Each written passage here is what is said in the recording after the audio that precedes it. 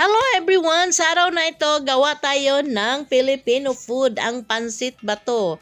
Una nating igisa ang ating sibuyas at saka ang ating garlic.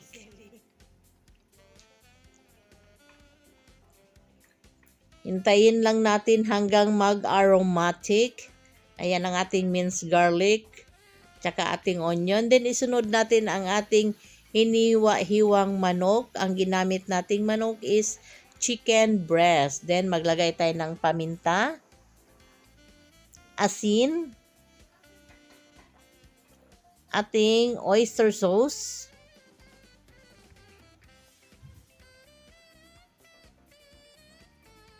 ating soy sauce, kikuman, then atin lang halo-haluin.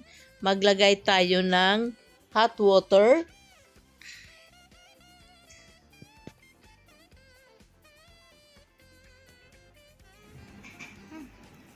Ilagay natin ang ating carrots. Ayan, natin lang halo-haluin. Madali lang itong maluto dahil manipis lang ang pagsiwa ng chicken breast. Maglagay tayo ng bell pepper. Then, ilagay na natin ang ating pansit bato. Ayan ang pansit bato natin, tinatawag nila. Galing pa ito ng all the way from Philippines. Dinala ng ating kasamang galing bakasyon.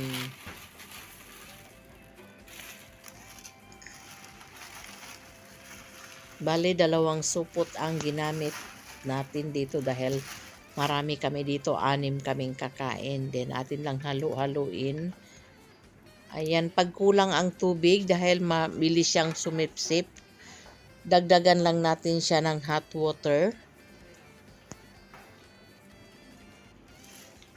De sa putong ito, ilagay na natin ang ating cabbage.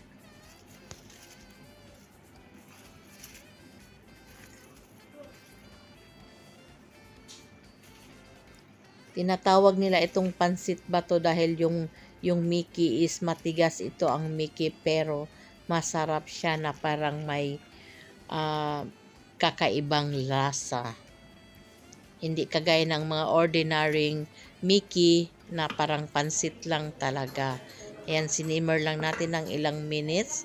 Then, okay na ito. Pwede na nating i-serve. Pwede nating haluan ng tinapay, pang merienda. Ayan, pang almusal, pang lunch or dinner. Yan, atin siyang halu-haluin. Luto na yan siya. Kaya lang ating halu-haluin. Ayan, bon appetit mga ka-OFW. Thanks for watching.